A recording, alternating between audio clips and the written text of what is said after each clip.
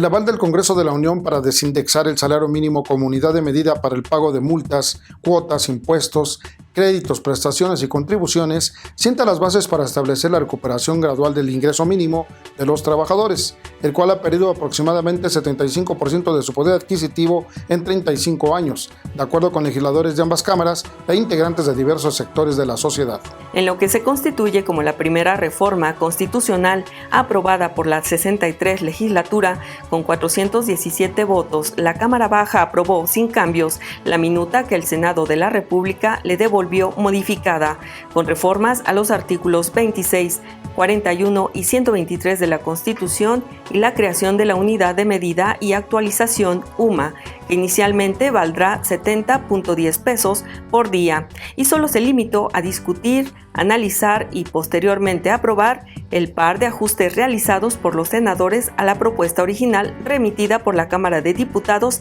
en diciembre pasado. Asimismo, el dictamen establece que los créditos vigentes a la entrada en vigor del decreto y cuyos montos se actualicen con base en el salario mínimo y que hayan sido otorgados por el Instituto del Fondo Nacional de la Vivienda para los Trabajadores Infonavit, el Fondo de la Vivienda del Instituto de Seguridad y Servicios Sociales de los Trabajadores del Estado FOBISTE u otras instituciones dedicadas al otorgamiento de crédito para la vivienda continuarán actualizándose bajo los términos y condiciones que hayan sido estipulados. La mayoría de los mismos tasa el incremento de los pagos con base en la inflación anual. El salario mínimo en México se encuentra regulado por la Ley Federal del Trabajo, publicada en el Diario Oficial de la Federación el 1 de abril de 1970, la cual es reglamentaria del artículo 123 de la Constitución Política de los Estados Unidos Mexicanos.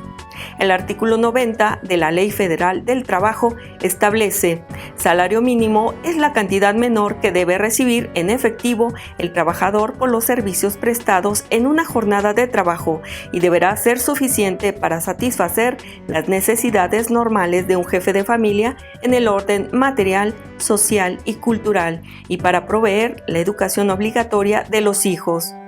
Muy lejos de tales objetivos, la decisión del Congreso de la Unión sobre este tema da respuesta a un reclamo generalizado sobre la gradual recuperación del poder adquisitivo del salario mínimo. Y como un primer paso en este sentido, el gobierno federal, empresarios y sindicatos acordaron alinearlo a una sola categoría a nivel nacional, después de tener 3 zonas y luego 2, lo cual ocurrió a partir del 1 de octubre, fecha en la que quedó establecido en 70 pesos con 10 centavos.